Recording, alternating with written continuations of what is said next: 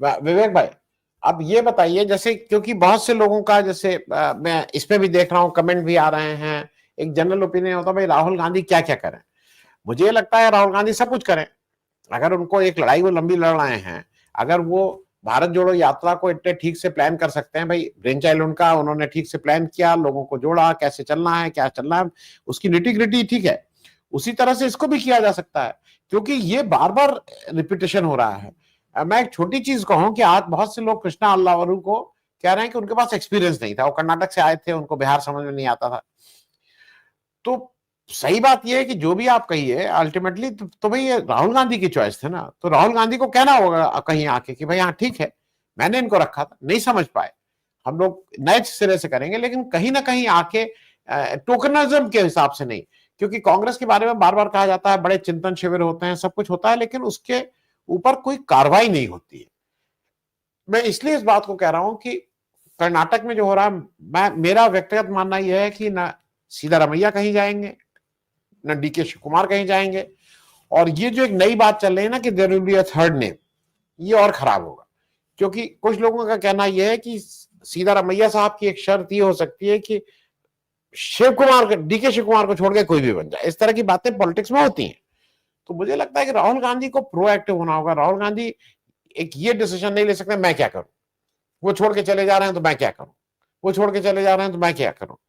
तो इस पे मैं जरा एक आपकी टिप्पणी चाहूंगा, क्योंकि it is a larger question. Maharashtra में जो हो रहा है, महाराष्ट्र में हम सुन रहे हैं कि कभी कांग्रेस और उनके अजीब अजीब तरह के स्टेटमेंट आ रहे हैं अपने महागठबंधन के बाद, इंडिया गठबंधन के बाद। मैं ओवरऑल आपसे इस पे क्या, what is the way forward? जी जी, राहुल गांधी का नेतृत्व जो है वो कई प्रश्नों में उलझा हुआ है। वो एक अच्छे नेता है, इसमें कोई शक नहीं, लेकिन वो एक बेहतर नेता बने, इसके लिए बहुत कुछ करना उनको जरूरी है। जैसे आपने कहा, किसी ने कहा कि उनको 24/7 पॉलिटिक्स में रहना होगा, क्योंकि आज 24/7 पॉलिटिक्स का दौर है। मोदी जी इस उम्र में भी 24/7 चुनावी मोड में रहते हैं। हालांकि वो ठीक है, रामनाथ गोविंद का मेमोरियल लेक्चर में वो कहते हैं कि इलेक्शन नहीं इमोशन होना चाहिए। तो वो सब कहने की बात है, लेकिन वो रहते हैं इलेक्शन के ही मोड में। और अब जब आपकी टक्कर ऐसे व्यक्ति के साथ है, और ऐसे व्यक्ति के साथ है जिसकी एबिलिटी है, जिसकी ताकत है क्रिटिकल मास अपने तरफ खींचने की, वो क्रिटिकल मास जो चुनाव जीतने के लिए आवश्यक है, मतलब वो 32% हो, 36 हो, 37 हो, जो भी हो, आज भी मेजॉरिटी जो है नरेंद्र मोदी के पीछे नहीं है।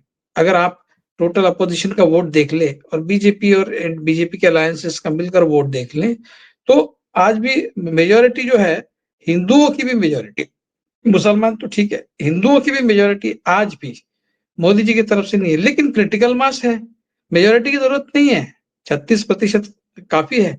इतनी तादाद में लोग मोदी जी को आज भी वोट करते हैं, मोदी जी के नाम से आज भी वोट करते हैं। तो मोदी जी का एक मॉरल कमांड है इन लोगों पे। वो कितना मॉरल है ये हमको पता है, वो कितने सच्चे नेता है ये हमको पता है, वो कितने जेन्युइन है, कितने सच्चे है, ये सब हमको पता है। लेकिन फिर भी ये जो क्रिटिकल मास है लोगों का, ये मानता है कि वो सच्चे नेता है, वो अच्छे नेता है, वो मानता है।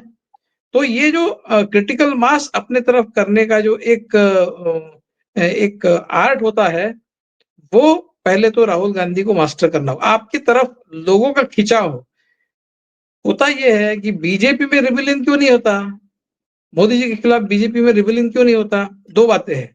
एक तो, पहली बात तो है, डर का माहौल बीजेपी के अंदर भी है। जिस तरह से वो अपोजिशन के को डर के माहौल में रखते हैं, वैसे ही बीजेपी के अंदर भी डर का माहौल है। ज्यादातर जो बीजेपी के एमपी हो, एमएलए हो, वो मोदी शाह की जोड़ी से डरते हैं कि कौन इनके खिलाफ बात करेगा। अगर करनी भी होगी तो वो कतराते हैं किसी भी तरह से कोई विरोध करने के लिए। एक तो डर का माहौल है, और दूसरा जो है, वो दूसरे ऐसे टाइप के नेता है बीजेपी में जो ये समझते हैं कि भाई अपने को क्या लेना देना है, मोदी के नाम से हम एमएलए बन रहे हैं, मोदी के नाम से हम एमपी बन रहे हैं, मोदी के नाम से हम पद का अनुभव कर रहे हैं, हम मिनिस्टर बन रहे हैं या फिर किसी कॉर्पोरेशन का अध्यक्ष बन रहे हैं, जो भी है, तो जो बेनिफिट्स उनको मोदी की वजह से मिल रहे हैं, तो वो मोदी के पीछे खड़े हो जाते हैं। मोदी जो कहेंगे वो कहते हैं, मोदी जो कहेंगे वो करते हैं। तो ये 2 टाइप के लोग बीजेपी में हैं। डर की वजह से मोदी जी के पीछे, और मोदी जी के नेतृत्व का उनको पर्सनली फायदा हो रहा है इसलिए। ऐसे बहुत कम बीजेपी में रहता है जिनके ऊपर मोदी जी का कोई मॉरल फोर्स है कि भाई वो सचमुच ये मानते हो कि ये भगवान का अवतार है या फिर ये कोई महापुरुष है, ये युग पुरुष है। तो जिस तरह से गांधी के पीछे कांग्रेस में सारा कांग्रेस का जो नेतृत्व था, बाकी गांधी को छोड़कर, वो जिस तरह से गांधी के पीछे खड़ा रहा, उस तरह से बीजेपी का जो बाकी नेतृत्व है वो मोदी के पीछे खड़ा नहीं है। उसके कारण मैंने गिनाए क्यों नहीं है, और क्यों मोदी के पीछे खड़े, ये भी कारण मैंने गिनाए। तो ये जो एक तो आपका डर होना चाहिए पार्टी, एमएलए, एमपीज और कार्यकर्ताओं पर। अब डर का माहौल जो है वो बीजेपी की संस्कृति हो, कांग्रेस की संस्कृति तो है नहीं। राहुल गांधी माफ माफ कीजिए, राहुल गांधी तो रेन ऑफ टेरर वाले नेता नहीं है। वो तो डेमोक्रेटिक नेता है, वो डेमोक्रेसी पार्टी में रखना चाहते हैं, वो ठीक है, वो नहीं। लेकिन आपका मॉरल फोर्स क्या है कांग्रेस पर?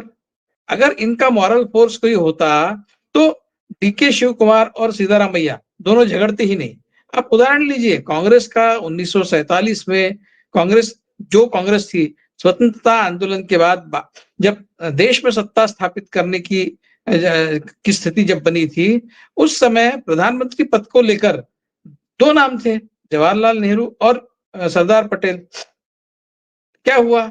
सरदार पटेल ने अपनी जो एम्बिशन हो, जो भी अपनी इच्छा हो, उसको बाजू रखा। क्यों रखा? क्योंकि गांधी जी ने कहा कि मैं चाहता हूं कि जवाहरलाल नेहरू प्रधानमंत्री बने।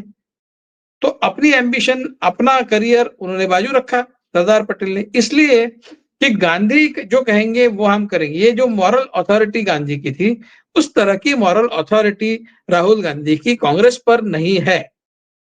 कांग्रेस के जो भी लोग आज राहुल गांधी के पीछे है वो है, लेकिन इसलिए नहीं कि राहुल गांधी को वो महात्मा गांधी जैसा अपना कोई लीडर मानते, वो है जिनकी कांग्रेस के साथ में एक कमिटमेंट है सदियों से, काफी दशकों से कांग्रेस के साथ में जिनकी कमिटमेंट है, और अभी कहीं और जाकर उनको कुछ नहीं मिलने वाला, ऐसे लोग आज भी कांग्रेस में है।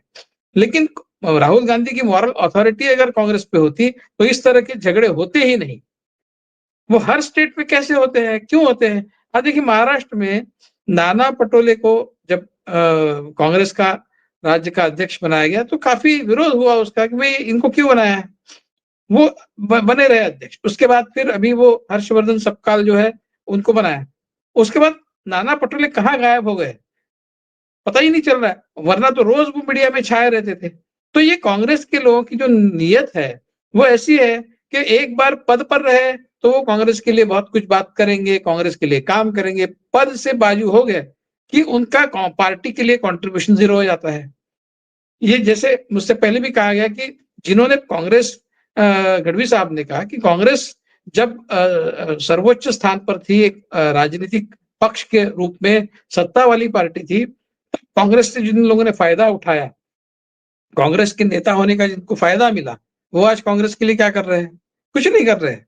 आप देश भर में देख लीजिए, वो सारे जो लोग हैं, पुराने जितने भी एमपी होंगे, वो अपने घर में बैठे हैं, वो कुछ नहीं कर रहे, वो कांग्रेस छोड़ नहीं रहे इसलिए कि शायद उनके लिए बीजेपी में जगह नहीं है, या फिर वो किसी एक प्रिंसिपल के तहत कि नहीं भाई हम कुछ भी हो जाए लेकिन हम बीजेपी में नहीं जाएंगे, लेकिन कांग्रेस के लिए काम करेंगे, ये भी उनका मन नहीं है।